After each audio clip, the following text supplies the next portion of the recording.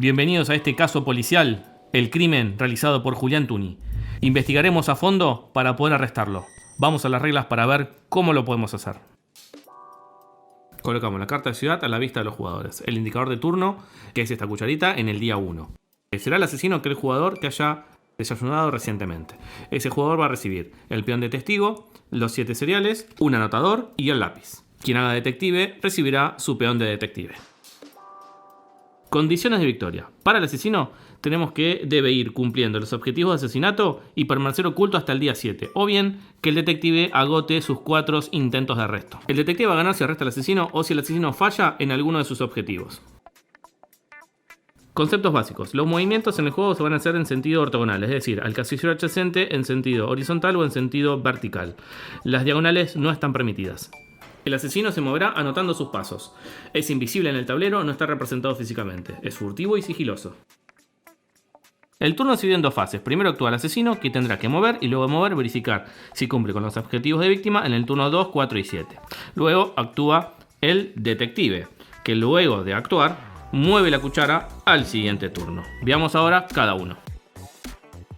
El asesino va a elegir un punto de partida desde una casa. Supongamos que elige el 18, nos valemos de la misma billetera para cubrirnos si quiere nos vea el detective, anotamos el 18 y lo marcamos en un círculo. A partir de ahora el asesino, con las reglas de movimiento que explicamos, se va a ir moviendo de a 3 casilleros y siempre los va a tener que ir anotando secretamente en la hoja. Teniendo en cuenta que son 6 víctimas en total y 7 días, en uno de los días vas a poder elegir no cobrarte una víctima. Para mover siempre son 3 pasos y podés volver sobre tus mismos pasos. Podés pasar por cafetería pero no te va a dar ningún efecto. No podés pasar por un casillero en el cual se encuentra el detective. Para cobrarte una víctima tenés que colocar un cereal cuando estés empezando en una casa, pasando o terminando tu turno en ese casillero. Nosotros empezamos acá, hicimos 1, 2, 3, así que voy a poner en el 8, que es por donde pasé, indicando que cometí un asesinato. Si hay un parque adyacente donde pusiste el cereal, tenés que colocar el testigo. En este caso solamente tenemos esta posibilidad, pero si hubiésemos colocado el cereal en esta posición, o sea, cometí el asesinato acá, tendríamos 2 posibilidades para colocar el testigo, elegimos en una de ellas. Hay que tener en cuenta que no puedes terminar tu turno en el parque donde esté el testigo, solo puedes cobrarte una víctima por turno, y como adelantamos, al final del turno 2, al final del turno 4, al final del turno 7,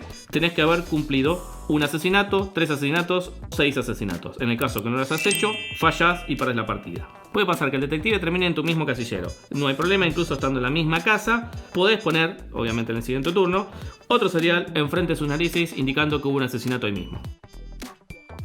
Luego del primer turno del asesino, el detective elige un punto de partida que tiene que ser un café. Elige este. Y ahora va a poder hacer una de las siguientes acciones: mover, interrogar o arrestar. Para mover lo hace cada 3 casilleros y puede incluso decidir no moverse. Pasar por un café te da un paso extra. Comenzar en un café no te da ese beneficio. Para interrogar, el detective tiene que colocarse adyacente al testigo o en la misma casillero. Retira la ficha de testigo y ahora el asesino va a tener que contestar en relación a la ubicación del testigo una de las posibles siguientes preguntas. La pregunta no puede repetirse y solamente puede hacer una por testigo. Las preguntas son: ¿en qué dirección está? En este caso se indica un punto cardinal que corresponde. Puede ser norte, sur, este, oeste. En el caso que sea combinado, es decir, noroeste, va a tener que elegir por norte o por oeste. La otra pregunta es la misma fila del testigo. El asesino va a tener que responder sí o no.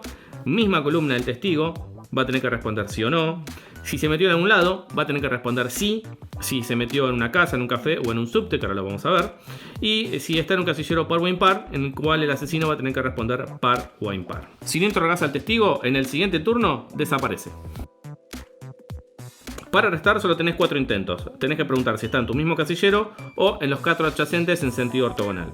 Si acertás, ganás. Si fallás, termina tu turno y perdés un intento. Vamos con las casillas de subte. Ambos lo pueden utilizar, tanto detective como asesino, y el movimiento puede terminar en una casilla de subte, como por ejemplo en este caso 4, 5, 10, hizo este movimiento, pero la ventaja es meterse en el subte. ¿Y cómo se utiliza? Vamos a asumir que en vez de estar en el 3, el asesino comienza su turno en el casillero 5 y decide utilizar el subte. Para eso utiliza un movimiento para entrar, el segundo movimiento para viajar a través del subte y el tercer movimiento para salir. Entonces escribimos 10, 16, 17. La entrada al subte, la salida del subte. Esto es un movimiento. 3 pasos para llegar del punto A al punto B.